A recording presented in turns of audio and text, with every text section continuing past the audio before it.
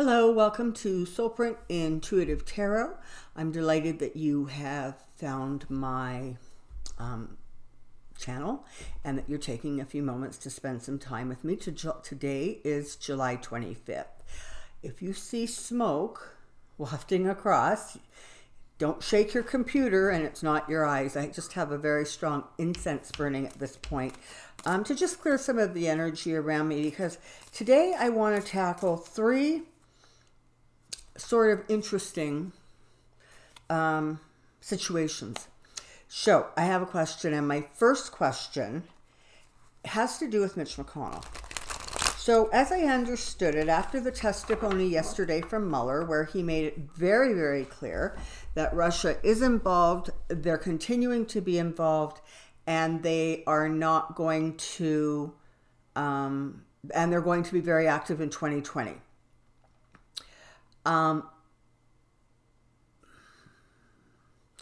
Senator Warren, his first name's just escaping me at the minute. I want to say Mark, but anyways, it doesn't matter. You know who I'm talking about.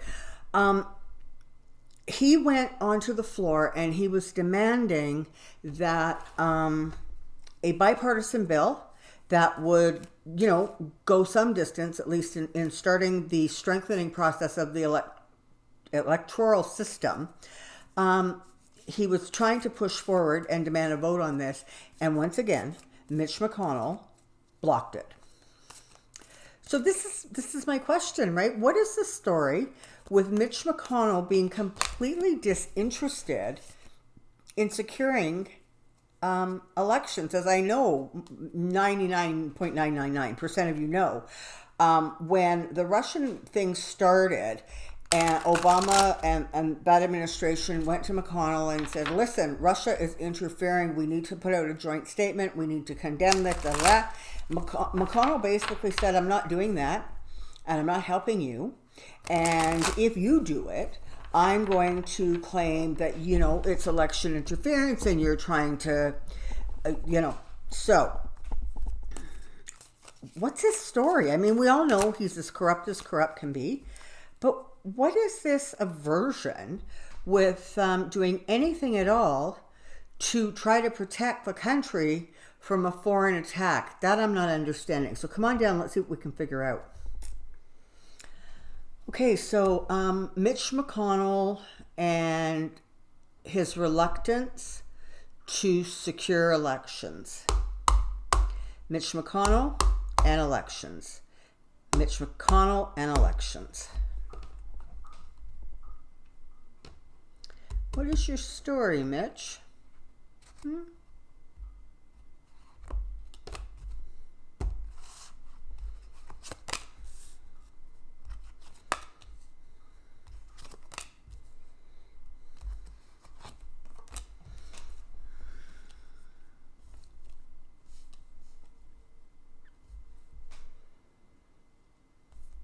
Well, part of his story is money.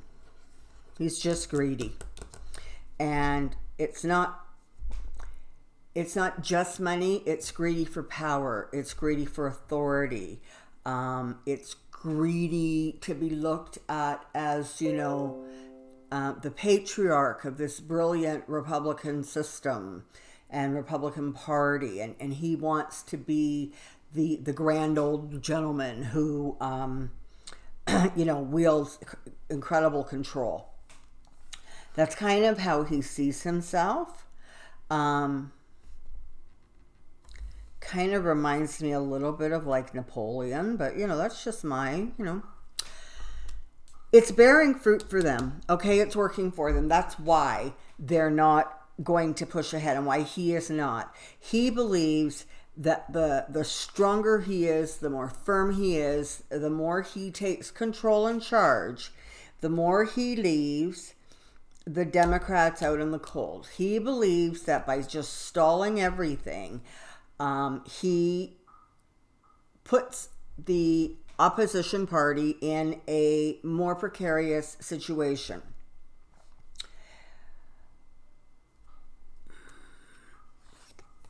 He's going to have, Oh boy. Okay, so he's going to have a really hard time as more and more attention is drawn to this particular issue. And again, you know, I'm not sure exactly, but it's 18 months out, something like that, before the election. But as things move closer, there's going to be these questions about exactly how secure is the voting system, and what are you doing, Mitch, to ensure that it is secure? And he's not going to be able to dodge this for forever. But for right now, he just wants it kept at a distance. There are secrets about Mitch and, frankly, his wife that have yet to come out. They are going to come out. It's going to put them in a very difficult place. It's going to put them in a place where it's very possible that, certainly for Mitch, I do not see his winning the next election. I don't see it. I've been saying that for a while now. I think that he has overstayed his welcome, and the people of Kentucky are done, and they need to get him out.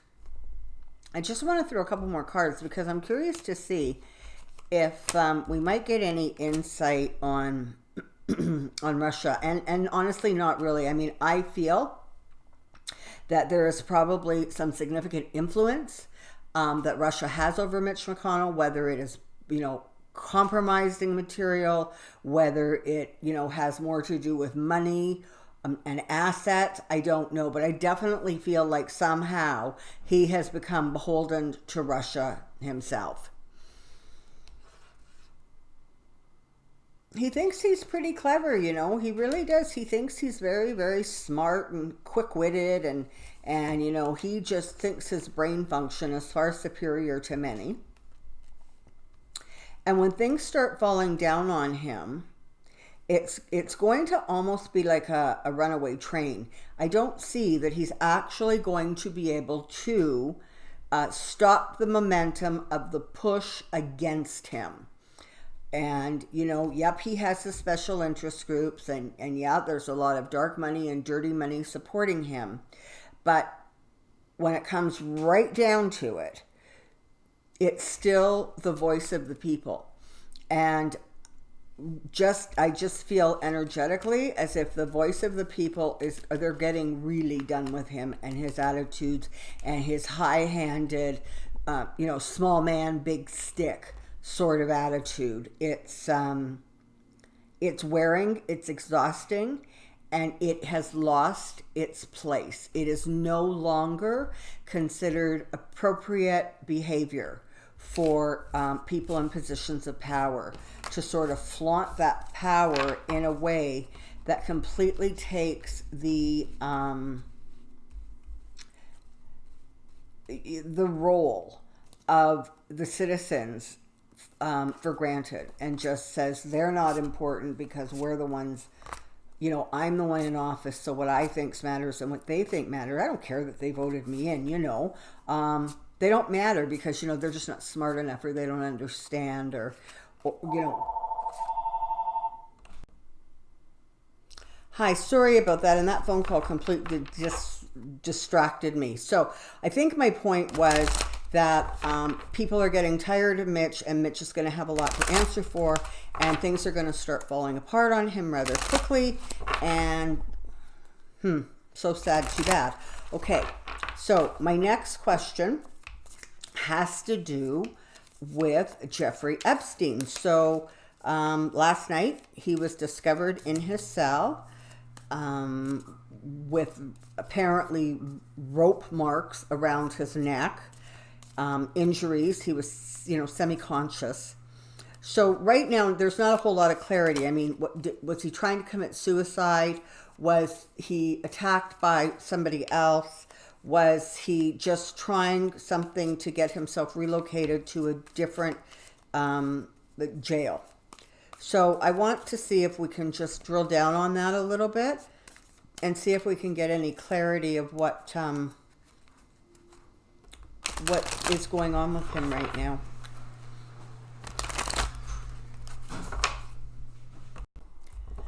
So let's just take a look at that.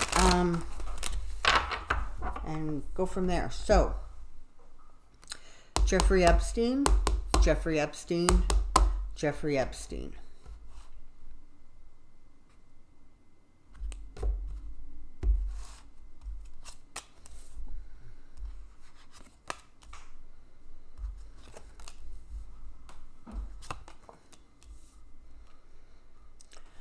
Oh my. Okay, so he's definitely having trouble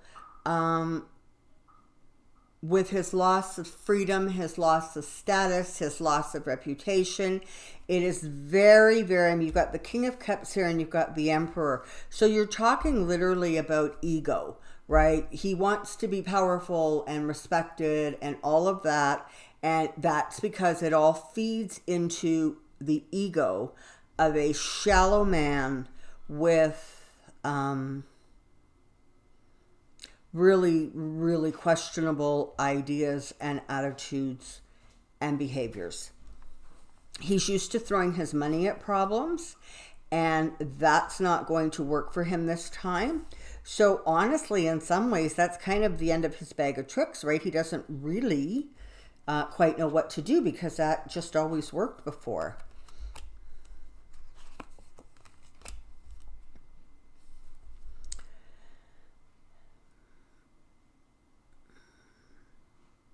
Okay, so you definitely have the Empress is representing, in this instance, I'm reading it almost as if the fullness of the information has not yet been given birth to. There is still very much a waiting time, and as that time shrinks, and it gets closer and closer to a situation where things are going to become public because there's like a lawsuit going on. It's making him very, very antsy because he knows, right? I mean, he knows what he did and he knows it wasn't cool and he knows he's finally going to get in trouble for it. And that just destroys his own sense of his own ego. So he's struggling. And again, it's this idea of I always throw money at my problems and my problems always disappear. And guess what? They're not going to this time. It's just not going to work. He can be as worried and as anxious as he wants. He can be as stressed out as he wants. His wheel of fortune is changing. Things are coming down the pike for which he has long deserved to be punished. And that is what's going to happen to him. So definitely with this card, I'm going to say a lot of despair, a lot of worry, a lot of anxiety. Literally, as depicted in the card, literally holding your head sort of in defeat and with that attitude of I just don't know what to do next. I just don't know where to go from here. I am just distraught and distressed.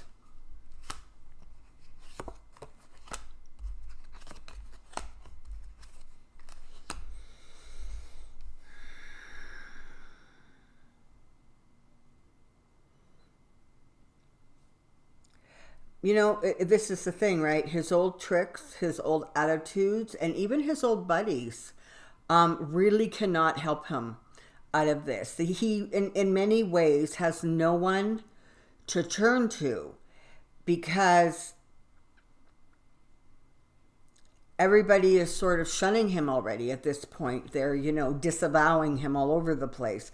So that's a little bit of a concern for him because he just doesn't seem to have a way forward. And he is very worried about some of the lawyers on the opposing team for the prosecution.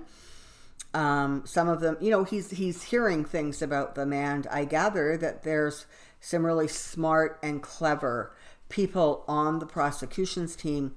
And so even that is distressing and upsetting him because he doesn't feel like he has a way out, right? He's gonna juggle, he's gonna do everything he can. His emotions are really, really strained right now. So I'm starting to feel as if whatever went on yesterday, whether it was an inmate that was sort of hired to perpetrate this attack on him, or whether it was sort of self-inflicted, this is a man who at this point in time is really, really suffering the distress of the situation he is in. And for those of you who just want him, you know, thrown in a jail and left to rot, and then there's those of you who would really, you know, like, you know, him to become a eunuch, right?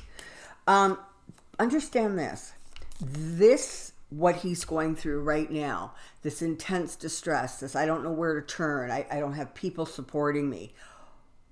That's karma, people. That is karma in its most brilliant manifestation. He is now in a position where he gets to feel the same distress, confusion, hurt, rejection as his victims.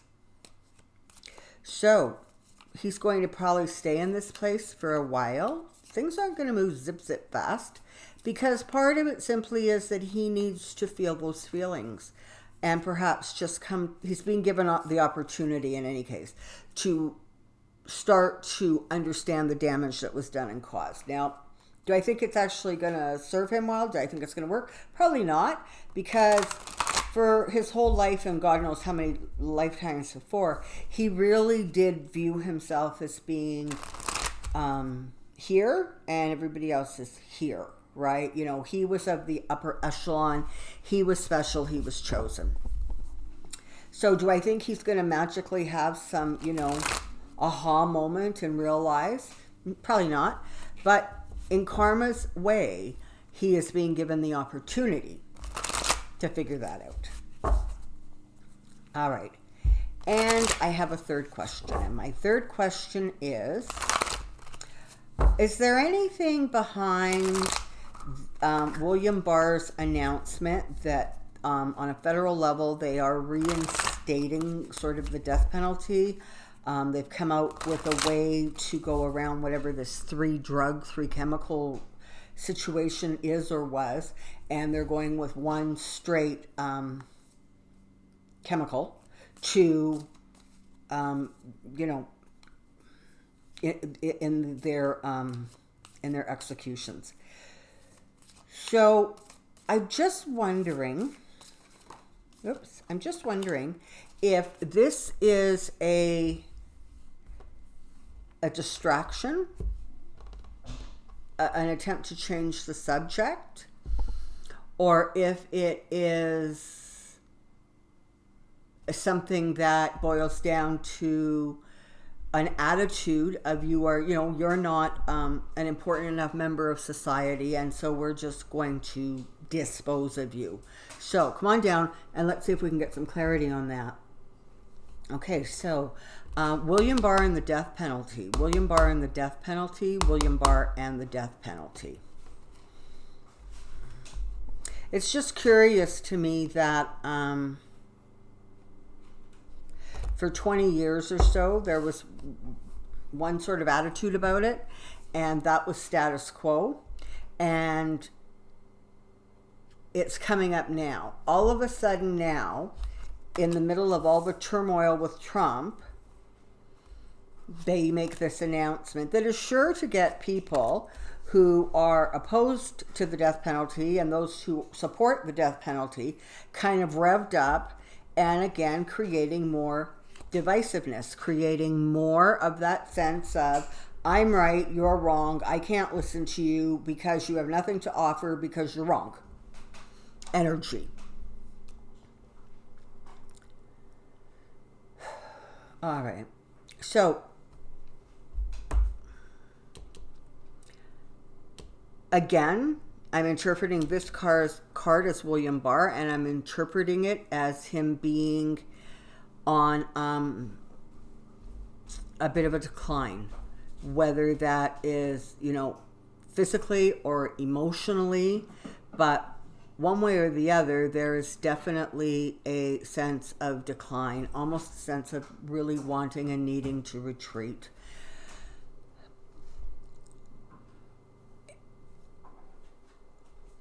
In some ways, I don't see this situation gaining a lot of traction right now.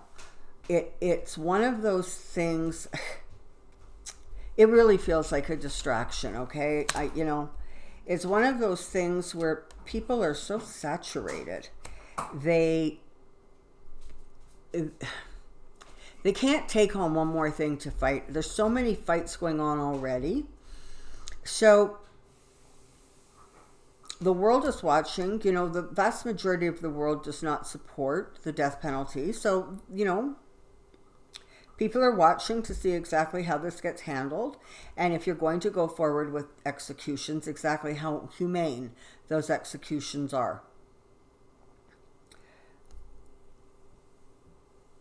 He is trying to create an illusion, a distraction. He wants to sort of change the subject, change the narrative. Now, this push for this very much came from Republicans. I can't go so far as to say it came from Trump, but it definitely came from Republicans. And so it's both. So on the one hand, there is this sense of, okay, we get to use this to, break the glass in case of fire. So we can use this right now as a bit of a distraction, and we want to change the narrative. And there is that entitled sense, of, we're special. We're important. We are contributing members of society. We give back. We give a lot. And you have these people sitting in jail who just aren't worthy of even being alive in this country.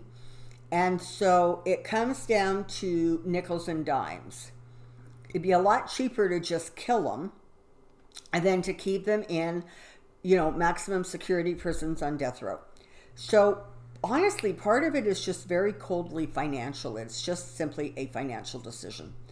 And part of it is like a contempt, literally like a contempt that they feel for people who are not of their stature. Like literally they view the citizens of the country as minions, as, something disposable and something that doesn't have a lot of power or a lot of say-so. And, they're going to end up heartbroken because of it, because things are changing and they're changing fast. And people are tired of politics as usual, and they want change, and they're going to demand change, which is going to create, some heartbreak for some people. But that's irrelevant. So you have William Barr once again acting like a puppet, doing whatever it is he feels he needs to do to secure and keep safe his path forward.